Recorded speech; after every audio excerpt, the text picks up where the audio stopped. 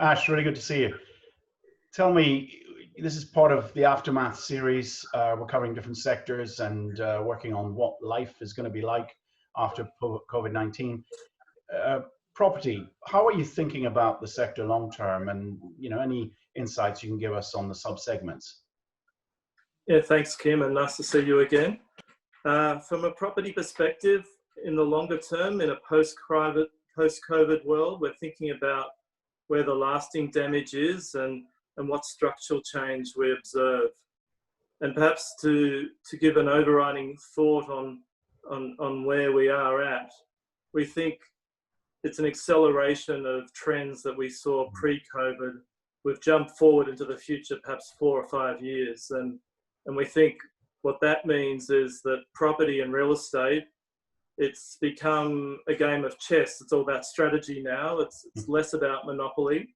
It's not about sitting on Park Lane and collecting that $200 every time someone lands on your space.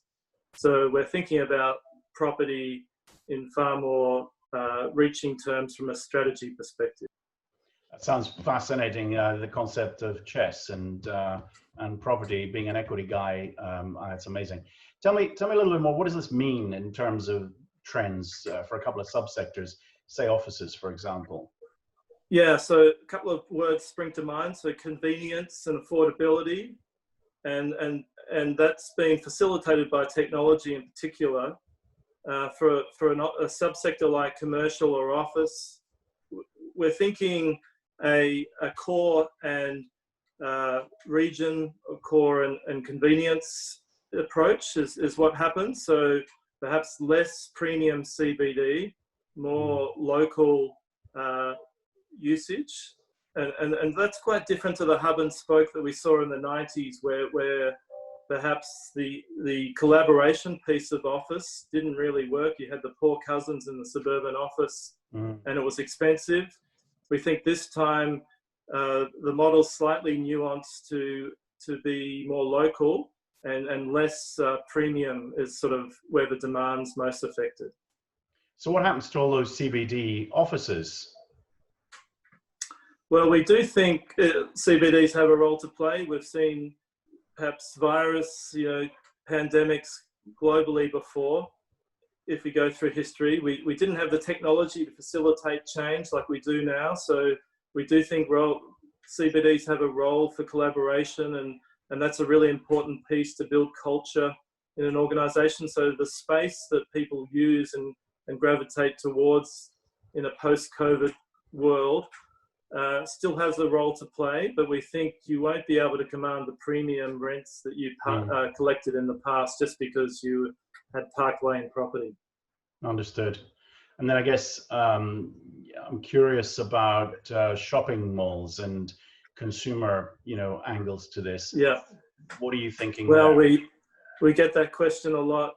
Shopping malls pre-COVID and post-COVID, we think again the acceleration of trends we were seeing. So online penetration has been a global theme, winning market share, and you could think of that as a virtual mall. We think that accelerates. What that means, though, is that you either need to offer convenience or an experience, and so you don't want to get caught in the middle of that. We think if you're local and convenient, you have foot traffic coming to you, supermarket-anchored shopping malls we really like. Particularly here in Australia and other regions where it's expensive for that last mile delivery. Click and collect works well in that sense. And then if we think at the other end of the spectrum, the high-end premium, we like that from an experiential perspective. So you can't perhaps get your hair cut on Amazon or online. You go to these malls for experiences, to get out of the house, and so we like those two ends of the spectrums. We think you don't want to get stuck in the middle, and there is some retail that's exposed to that, which we're avoiding. Well, I guess to state the obvious, getting out of the house sounds pretty attractive right now. Well, listen, Ash, it's been great talking to you as usual. Listeners, audience, this is part of a series called The Aftermath. Come back again, check in again for the next update soon. Thank you very much.